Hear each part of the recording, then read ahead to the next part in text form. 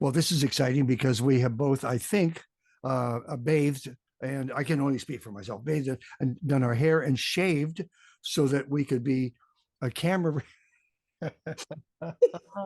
ready for our Zoom interview. It's Mariel Buckley, and I recognize that look. My daughter does the same look. What does that mean? What's that look? That look at the camera. Yeah, BS. And welcome to Mulligan Stew and CKUA. Your friends at CKUA. Hey, man, thanks for having me back.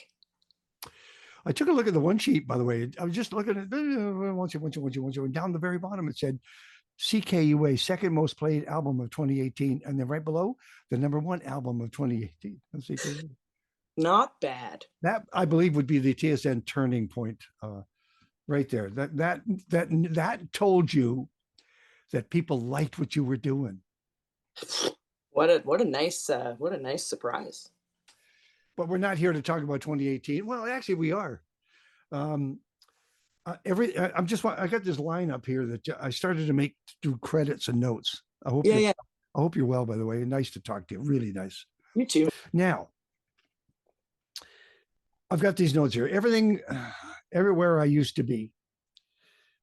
Deluxe. So, deluxe is for Elton John and the Stones and all that stuff. Deluxe means everything is all of a sudden you're beloved, and they want more of that belovedness. And you had a couple of songs handy, so now we have a deluxe version of Everywhere I Used to Be. Deluxe apartment in the sky. I don't know if it's that it was outstanding demand as much as it was a great way to remind people it's about a year old and try and, stimulate the sales a little bit again. So it was all a marketing ploy. Oh, I'm pretty sure everyone knows that, but it's pretty fun, man. It's cool to get to revisit it a year later.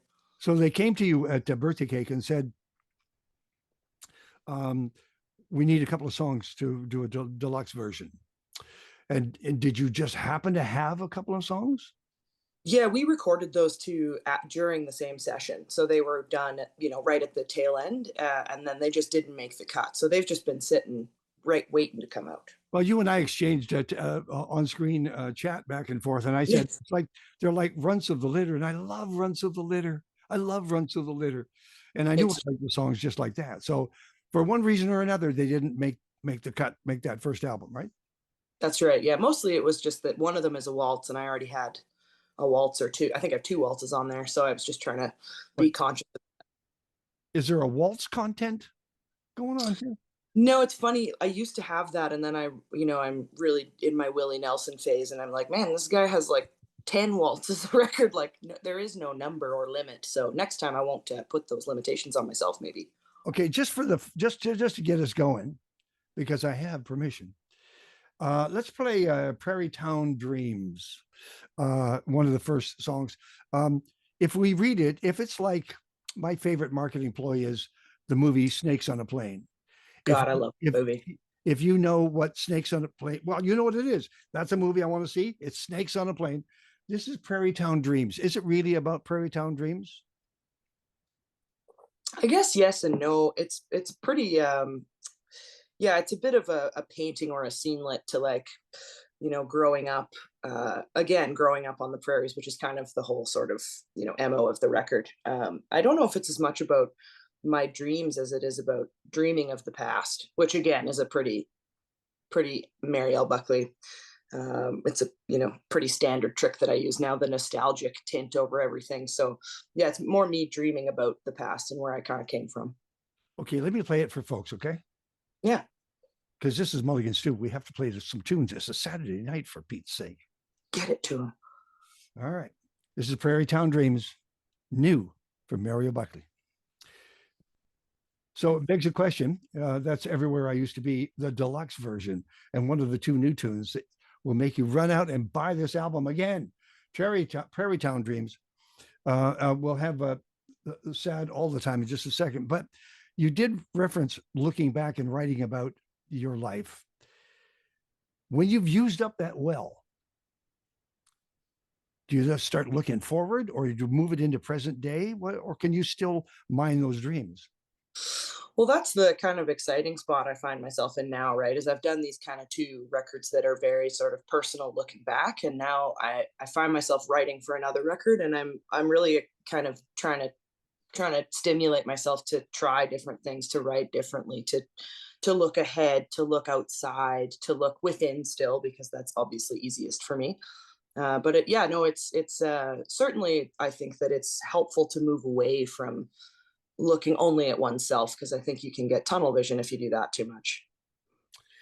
Yes, I can see what you. Yes, yes, yes. It would. I'm trying to place myself in your position. It would be, but what if? What if there's nothing there? What if I'm? There's always something there. There's always something there. Or you can make it up. Doesn't totally. Could be somebody, one of your friends. Turn in one of your friends and turn it into a song. You know, big time. They don't have to know unless they recognize it. Now, I was doing this list. I'm sorry, I'm so excited. I got carried away. And there's no greater honor that I can give to an interview subject than to have a list. Oh, thank you. You're up for, wow, 2 Western Canadian Music Awards. Yes, yeah, that was a nice surprise. Breakout Artist of the Year and Roots Artist of the Year. Okay, that one, your roots. Sure, yeah, you betcha. Some would paint you country, some would paint you folk, but roots covers it all. This Breakout, how long have you been breaking out now? I mean, that's always the funny thing. I think this is my 7th year doing it full time. I would say that, though, things feel like they've been peppering along probably the last 3 or 4. So, I mean, that category always makes me laugh. Oh, it's a blur. Your life has been a bit of a blur. You know that. A little bit. When you put your head down and when you wake up in the morning, you think, oh my God, I got to do this interview at 8:30 on Mulligan Stew. Oh no, this is this is going to be crazy. So now the rest of the list is the Polaris Music Prize long list. There's some pretty posh names there. You're telling me, man, that was pretty wild. That was a big surprise to me. Did you know the Polaris was not a car? I didn't actually. Well, I did. Now I know. Okay. And then you're going to here's the deal. You're going to do a showcase for performer Americana Fest. You're going to be a showcase performer for Americana Fest in Nashville in September. And that in itself has all sorts of possibilities. Yes, that'll be my 3rd time down there, I think, as a performer. But this time I'm going solo. It's not announced yet, but I'm getting to play at the Bluebird in the round, which I don't know who it's with yet, but I'm very excited. Obviously, it's like such a historic spot, so I'm really chomping at the bit to get down and do that. Do you know who's going to be sitting in the front row at the Bluebird? I hope it's Vince Gill, but I don't know. It's Jason Priestley. Oh, that would be sick too. I would take that. Right there in the front row, looking at you going, hey, buddy. I've been grilling him for some time now. Now, the other thing, I think this is what is most important is you are booked. This hasn't been announced yet. You are booked to perform at the halftime show at the Grey Cup with Foreigner this year. This is fantastic. Geez, Terry, you're going to have to get on the horn with my agent, because now you've spilled the beans. And I was going to be singing Feels Like the First Time. And I don't get to surprise everybody. I do want to give a shout out to Michael Litton, who was the director of Neon Blue Video, because he got a nomination as well, right? He did. And he did an incredible job on, which I know is a shoestring music video budget. He did a wonderful job, and it was a great experience. So thanks to Mike for sure. She is Mariel Buckley, and she has released Everywhere I Used to Be, the Deluxe edition, and has a long list of credits coming along the way. And we welcome her back to Mulligan Stew and CKUA. Also, how did the Winnipeg Folk Festival go? That was so fun. I haven't done a festival in a minute since probably like last summer, right? And even last summer, we were still getting back to it after the pandemic. So it's been a few years since I've done like a few workshops and a concert. But I love that festival, and I had a really great time. Did you go solo? No, I brought the band for the concert, and then they sat in on a couple workshops. So we were having a great time. And how about the gig at the King Eddy? Oh man, that was really fun. Me me and Tim sold it out last night, and we had a great time. It's really fun playing with him. That's like such a great way to go into vacation mode here for a few days.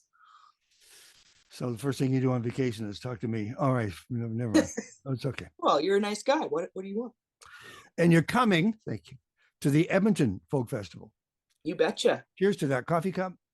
Are you going to be there? Yeah, that's yet to be determined. Oh, fair enough. Yeah, there's another story. Well, I hope you're there.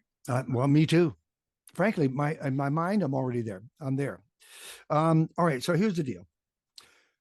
The artwork for this release, a press release, is a shot of you bundled up, clutching at your coat, looking over your shoulder at the ridge. And it looks like you've just realized you've been out for a walk and you've become part of the food chain or something. Yeah, followed by a bear. Yeah, that was such a fun little photo shoot, and I love what the designer did to flip it around. I just want to go to something pretty important. You said this previously. I wrote this album, of course. I wrote this album for losers and underdogs. I want every outsider, lost soul, to feel safe and seen in these songs. I wrote it for everyone who is ready to make a change, and especially those who aren't. What kind of feedback did you get from the audience one-on-ones over that? Man, it's been like, it's kind of hard to put into words because I'm still grappling with, I'm a music fan first and foremost, like you. So when I connect with a song in a deep and meaningful way, I know how profoundly it can grab me and stick with me. And so having people share the kind of stuff they've been sharing after the record came out has been really, really validating. People have really been very supportive, and also seem to feel really seen. There seem to be a lot of losers out there. Go figure. But you've changed as well. Totally. Yeah. And for the better, I think that record felt like a bit of a monkey on the back, Oh. Yeah, I sort of think that's kind of how I work. I think it's catharsis, right? So it's gone now and I can look at it and I'm in a better place. I'll find new stuff to get sad about, Terry. Don't worry. No, wait a minute. Hold on a second. So will it now be happy and boppy and sing along? And yeah. Oh, gosh. I mean, no, the lens in which I see the world is very tinted by, sort of the injustice that we're still seeing so much of. And, there's still a lot of things for me to channel, but I think at least for now, or for the bulk of my work, I've tapped into a lot of my trauma, and I think I can give that a rest a little bit. I'm feeling a little bit better, which is really nice. By the way, I'm a long way from actually listening to Prairie Town Dreams, but I made this note. It says it feels like it was written mid-tour on a Tuesday, far from home. You're not wrong. It was that was an In the Van song. Well, and then Sad is about relationships. It's about depression. In many songs, you can find relief and hope, which is I always believe. Sad is none of that hooey. It's just a pretty unflinching look at being mentally ill and being with someone who, doesn't really understand how that sadness works. It's a different kind of sadness. It's not abject and subjective. It's sort of ever present and looming. And especially if you're in a relationship with someone who's not maybe being good to you, it exacerbates all that stuff. So it's really just a very personal tune about struggling to be present in relationships. And then, of course, being in the business that you are, once you've written it and you've released it, you have to sing it every freaking night. Well, thankfully, that one's such a deep cut that only on request will I do it live. But I do love, I also find that song kind of funny and cheeky because of how morbid and morose it is. So I do like to sing it every now and again. Let's all get morose. This is Sad All the Time, the second song from Everywhere I Used to Be, the Deluxe edition. She's Mariel Buckley. I'm TerryDavidMulligan. I can swear I'm vouching that she is Mariel Buckley. It's me. Yeah. That's Terry. It is. let me get you back to Edmonton Folk for a second. Are you bringing the band or solo? The concert, I'll have a band, and then all my workshops, I'll have a steel player. So it'll be. Do you know who's going to be in the workshops? Yeah, I've got one with Drayton Farley, who's a really great Alabama songwriter I'm pretty pumped about. And then I've got another one with Nora Brown, who I played with in Winnipeg. She's a monster fiddle player from Brooklyn. And one of my favorite Canadian artists ever, Tim Baker. So I'm super excited to sit with him because his record is what got me to make this record. I'll see those names and I'll raise you one. I'm heading up to the Courtney Comox for the Vancouver Island Music Festival. I'm going to see Dave Alvin and Jimmy Dale Gilmore on stage. Oh, so good. I saw Dave Alvin in Calgary and it blew me away. So that's really cool, man. And Ricky Lee Jones. Oh, no kidding. So good. No kidding. And Roy Forbes is going to do Thistles, the whole album. Roy with an Roy's going to do a record with an all-star band. He's going to do his entire Thistles album. Doug Cox asked him to do that. And finally, on the Sunday night, it'll be those hunk of burning love brothers Landreth. Aren't they just something? Love them. Yeah. And what a story this has been for them as well. So I mean, this feels really good that everybody's sort of coming together. We don't have to have bands flown in from somewhere else to do the halftime show at the Grey Cup. We've got our own artists. That's the way it should be. It does kind of feel that way, hey? Like Canada is making, especially Western Canada, and I know I harp on that a lot, but like I think all of the best music really does come from the prairies, and it's being exported, and people are talking about it, and that's exciting. That was my pitch to Moses Neimer to have Much West. I said to him, you're calling yourself the nation's music station, Much Music, but you're nowhere to be found in the West. And if you haven't looked, we're kicking your ass at the Junos. This was when Adams was winning everything, and Loverboy and all those guys. And rather than hang up, he hired me. So it all worked out. See how that works. Now, tell me about that moment.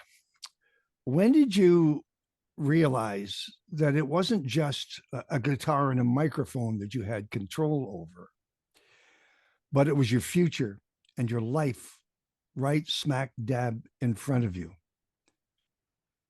Oh man. I mean, I'm a very self-deprecating person. So the idea that I'm ever in control is challenging, but this record and the cycle and everything that's kind of gone on has certainly given me perspective that there's so much to work towards and to look forward to. So it's been pretty wild to have that perspective shift in myself. And I'm not sure I still fully understand the kind of control you mean, but I'm working on understanding it. Well, control is that there's not, I mean, there's information incoming, but you're taking it, making it yours and moving that information back out again. I mean, you're a vessel in that respect. I wrote a second part. When did you realize that you had stories to tell and songs to share? Well, I would say actually that part of me has always kind of been awake. I think since I was very little, I was sort of like, I have something to say, and very sensitive and uncomfortable, but I have some stuff to talk about. And I don't know when I felt like I was, good enough to say it, but certainly now, I think again, the sort of like my 30s, cresting my 30s, I became just more comfortable with myself and ready to share that stuff. I'm happy for you. Thanks, Terry. I'm happy too, man. Yeah, I'm happy for you. So now we've done the deluxe, but let's go back to Everywhere I Used to Be. What one song on that list of songs is going to stay locked in your heart and head for the rest of your life? Oh, there's a few, but definitely Hate This Town is the song that I would call my like sleeper sad hit, because it just, when we went on tour with that song in Sweden and all over Canada, and then in the States also, I've had people sing that song very loud and in numbers far greater than I would have expected. And it's like, it's a bit emotional, but it's so cool because that song is so dark. And I was kind of like, not sure who this is going to land with, but it landed and then some. And so I love that song. I love that people feel themselves in that song. Have you ever stopped singing and just watched them sing it? I kind of can't, because I get a little verklempt. I had one moment in Sweden where it was like a very large room of people singing, and I was like, I don't know what to do with this. So it's pretty special, man. That's gratitude abounds when that sort of stuff happens. By the way, while we're on stage, tell me what happens in the 10 to 15 steps from the side of the stage to the spotlight and the microphone.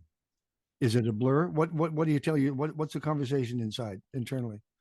Like walking on? Yeah. Leave it all out there. Do better than the last one.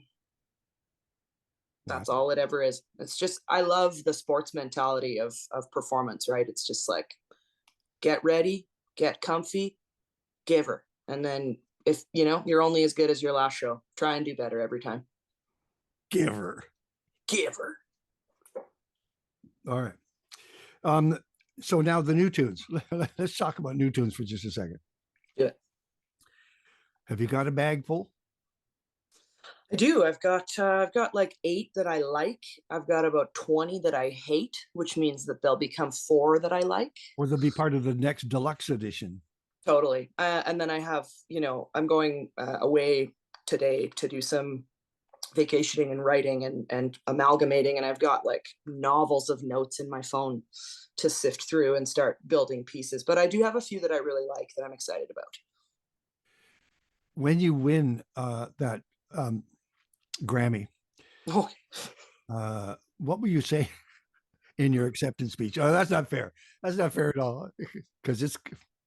Well, I'll be like 90, but I'll say, thank you. It's been a long time coming.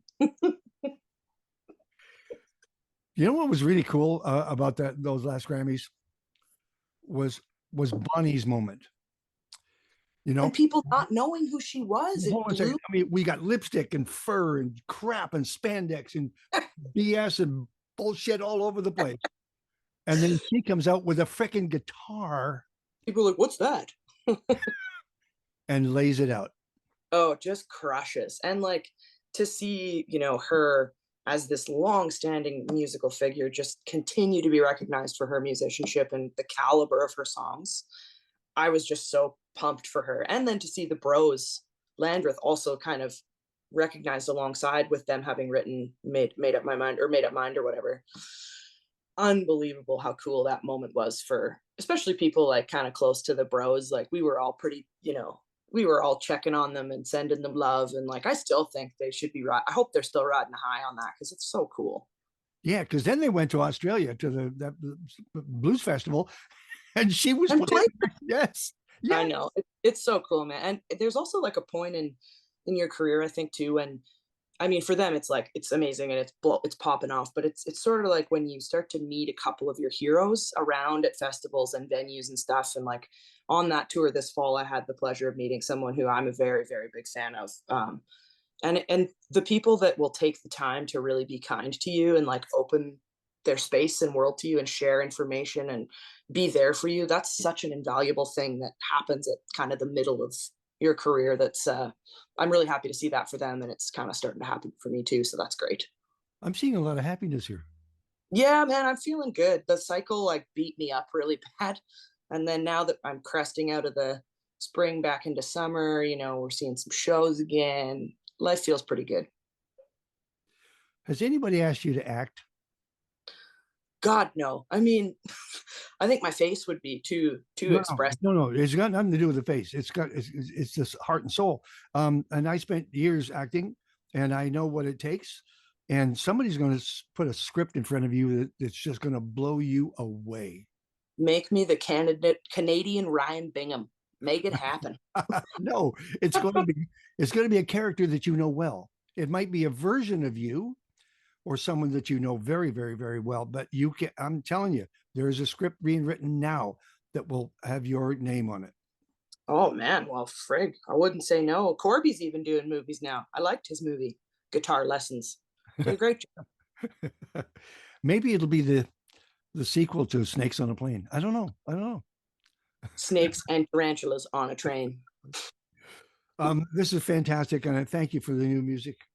I'll I'll look forward to seeing you in Edmonton. You will see me there. I can feel it in my bones.